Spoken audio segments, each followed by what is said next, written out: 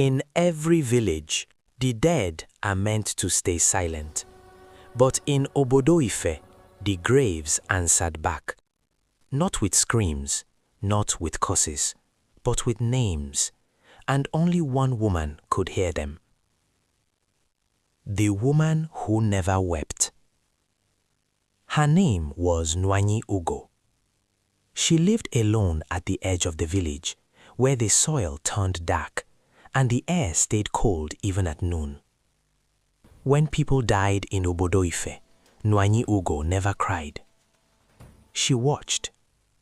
During burials, while women wailed and men lowered bodies into the earth, she stood quietly, head tilted, listening.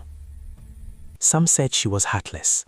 Others whispered something worse, that she was listening to the dead. The first time the grave spoke. Years ago, during a dry season burial, something strange happened. As the final earth was poured onto the grave, Nwanyi Ugo suddenly gasped. She stepped back and whispered, "He is not finished." The crowd froze. That night, the dead man's brother fell sick. Before sunrise, he was dead. People remembered her words, and fear began to grow roots. The village begins to fear her.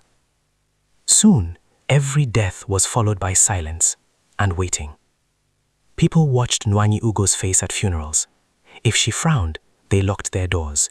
If she whispered, they packed their belongings. Children were warned never to follow her. Men avoided her eyes. Yet when tragedy struck, people secretly came to her hut at night. "Please," they begged, "ask the graves if my child will live." She never answered immediately.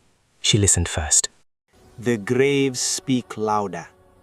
Then the graves began to speak without invitation.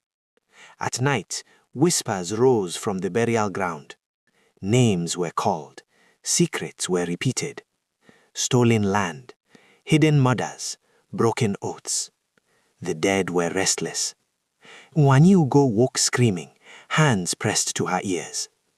"They are angry," she told the elders. "You buried them with lies." The elders refused to listen. Truth is heavier than soil. The child's grave. One evening, a child died suddenly.